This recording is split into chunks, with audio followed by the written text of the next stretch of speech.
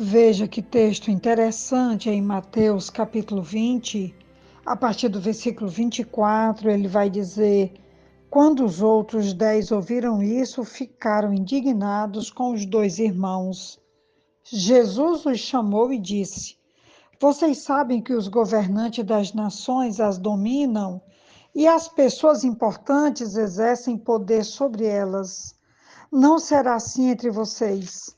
Ao contrário, quem quiser tornar-se importante entre vocês deverá ser o servo, e quem quiser ser o primeiro deverá ser o escravo, como o filho do homem que não veio para ser servido, mas para servir e dar a sua vida em resgate por muitos. Ainda falando sobre o amor e como o serviço pode ser uma definição de um amor prático, de um amor dedicado, de um amor capaz de olhar o outro e abençoar a vida do outro.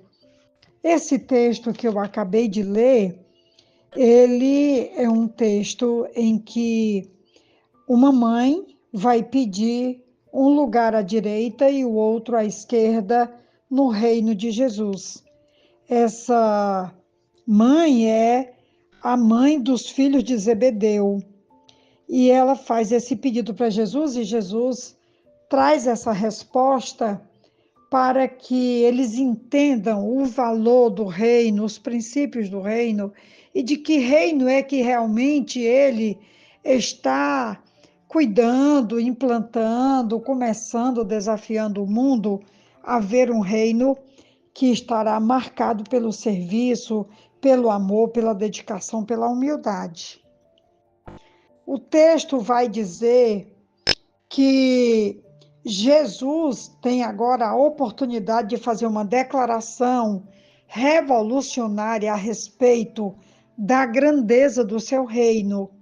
Os gentios pensam a grandeza em termos de senhorio e autoridade.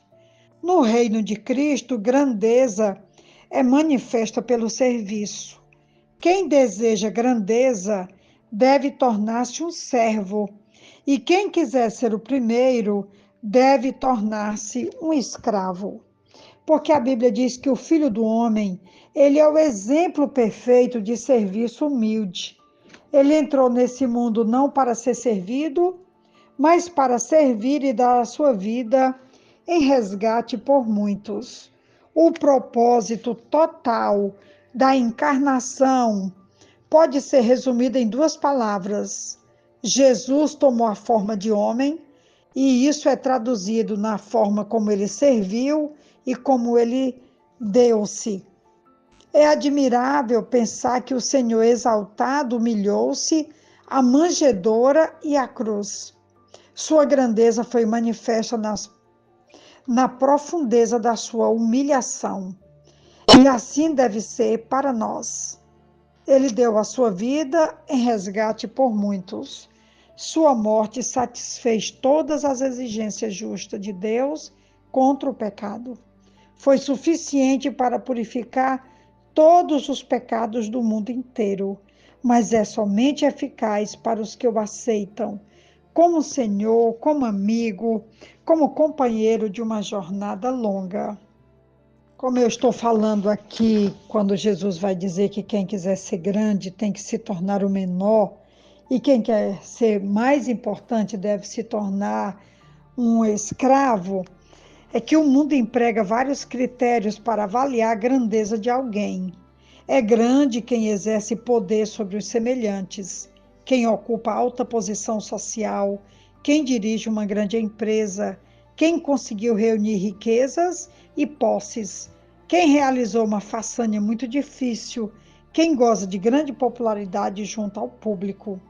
De modo geral, as pessoas tomadas pelo egoísmo característico de nosso tempo tendem a achar que ser grande significa ter poder ou controlar muitas pessoas e recursos. No entanto, a palavra de Deus nos traz uma inversão radical desse conceito, como eu já fiz a leitura de Mateus 20, do 24 até o versículo 28, quando mais uma vez eu vou repetir, como o filho do homem que não veio para ser servido, mas para servir e dar a sua vida em resgate por muitos. Se de fato somos membros uns dos outros, então o outro é parte de mim e eu dele. Quem estando apto de suas faculdades mentais para corrigir um problema no dedo, cortaria fora a própria mão. Pelo contrário, com todo cuidado e zelo, este usaria todos os melhores recursos que lhe estivessem à disposição para cuidar de sua própria mão, pois esta é parte de si. Assim também deve ser a nossa atitude para com os nossos semelhantes, especialmente os que precisam de socorro, de amparo e de serviço, um serviço despretensioso, um serviço dedicado, um serviço humilde, um olhar, um abraço, uma atitude, uma ação que leve a presença de Deus ao coração da outra pessoa. Nós temos Jesus como esse modelo do cuidado e também do serviço, porque quando procurado, Jesus sempre encontrou um jeito de cuidar dos aflitos, chorou com os que choravam e se alegrou com os que estavam alegres. Foi capaz de amar e se preocupar com aqueles que estavam à margem da sociedade. Humanos quase que invisíveis à grande maioria das pessoas. Jesus sabia que todos nós temos necessidades de atenção e cuidado. Por conta disso, era impossível para Jesus ignorar a dor dos que sofriam. Como alguém poderia permanecer sem fazer nada ao ver seu irmão sofrer ou mesmo uma parte de si, mesmo sofrendo? Jesus não ignorou. Cuidou deles com amor, fosse cego, doente, aleijado, faminto, religioso, judeu ou estrangeiro. Ofereceu o que tinha para aplacar a dor deles. Deu a sua própria vida para resgate de muitos. Que desafio temos de servir aos nossos semelhantes, amando, cuidando, derramando graça, se aproximando e levando o amor de Jesus a todos os corações. É o desafio de hoje, é a reflexão de hoje. E que nós, então, possamos abraçar como estilo de vida. Que Deus nos abençoe. Um grande abraço da pastora Betinha. Amém.